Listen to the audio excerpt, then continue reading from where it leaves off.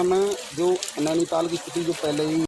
Hello friends, कई बार कई video बनाते वक्त बहुत दुख होता है और ख़ास करके आज का ये वीडियो पता नहीं उत्तराखंड को किसकी नज़र लग गई है।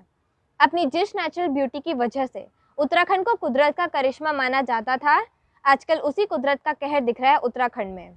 18 और 19 अक्टूबर को उत्तराखंड में बहुत खतरनाक बारिश हुई और उसकी वजह से काफ़ी बर्बादी हुई, जिसे देखकर किसी का भी दिल दहल जाएगा, खास करके कुमाऊं रीजन में।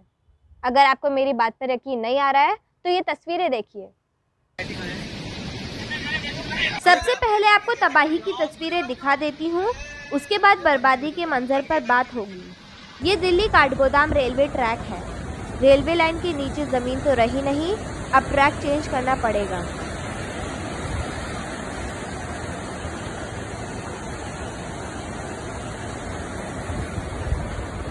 ये कोसी नदी पर रामनगर डैम है। डैम ओवरफ्लो होने के बाद पानी की निकासी के लिए जब गेट खोला गया तो उसकी आवाज़ सुनिए। ये तस्वीर नैनीझील से ओवरफ्लो हुए पानी की है।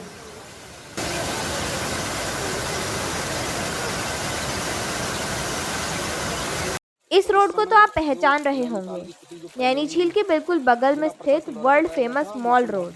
लेकिन आज मॉल रोड और यहाँ खड़ी गाड़ियाँ दोनों पानी में डूबी हैं। नैनीताल पूरा जलमग्न हो चुका है। इसमें बाइकें डूब चुकी हैं।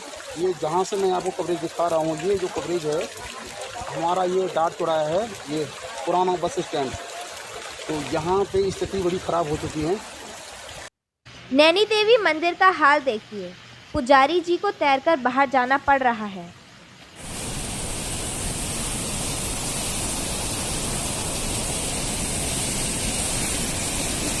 रामनगर रानीखेत रोड पर स्थित ये मशहूर लेमन ट्री रिजॉर्ट है।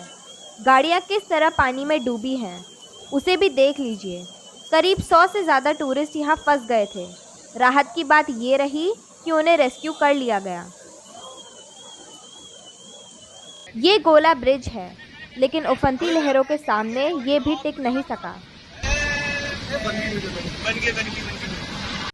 अब इसी पुल को दूसरे एंगल से देखिए।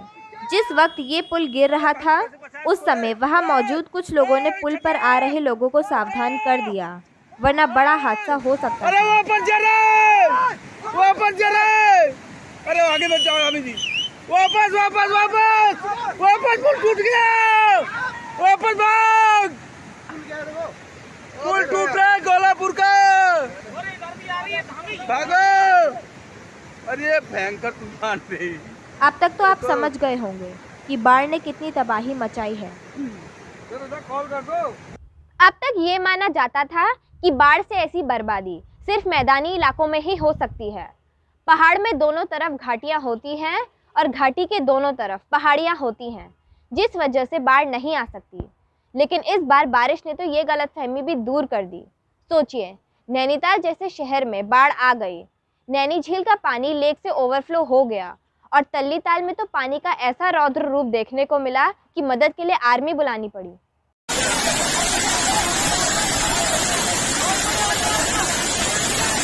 दुकान में फंसे लोगों को रेस्क्यू करते आर्मी जवानों की ये तस्वीर नैनीताल के तल्लीताल इलाके की है।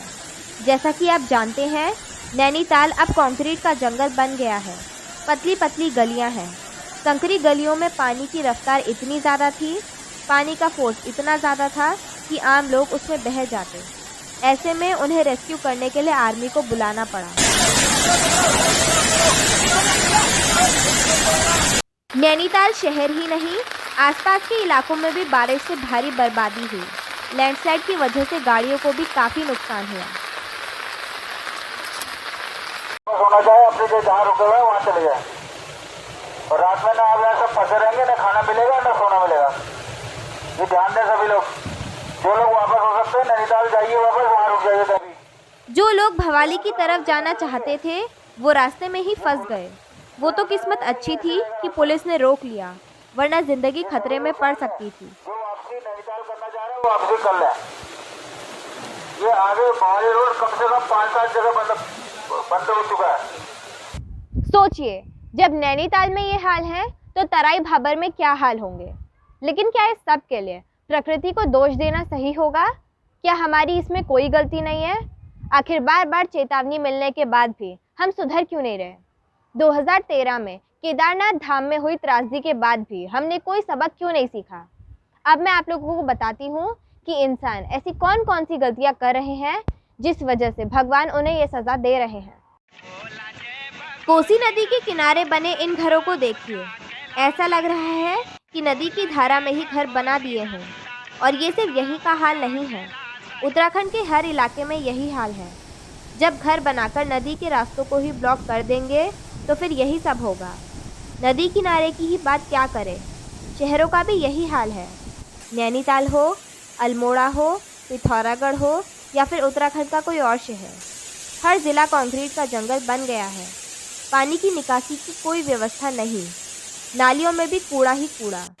यही वजह है कि आज नैनीताल वालों को ऐसी तस्वीरें देखने को मिल रही हैं।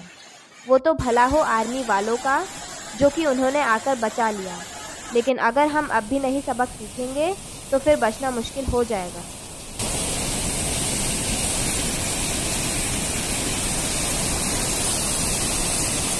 आपने सोने के अंडे देने वाली मुर्गी के बारे में तो सुना ही होगा। सभी अंडे एक ही दिन में हासिल करने के चक्कर में उसके मालिक ने उसको मार दिया था।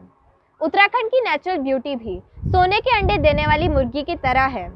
अगर आप इसे जिंदा रखेंगे तभी इसका लाभ मिलता रहेगा, वरना अगर इसी तरह नेचुरल रिसोर्सेज को एक्सप्लॉइट करते रहेंगे, अंधाधुंध पहाड़ों को काटकर कंस्ट्रक्शन करते रहेंगे, घाटियों में अपने अपने घर बनाकर नदियों की धारा को मोड़ देंगे, तो फिर वैसा ही जल प्रलय होगा जैसा अभी हुआ। क्या आप भी मेरे से सहमत हैं? कमेंट बॉक्स के थ्रू ज़रूर बताइएगा। वीडियो पसंद आए तो वीडियो को लाइक एंड शेयर करें, चैनल को सब्सक्राइब करें, साथ ही बेल आइकन प्रेस करके ऑल नोटिफिकेशन ऑन करना ना भूलें। Thanks for watching.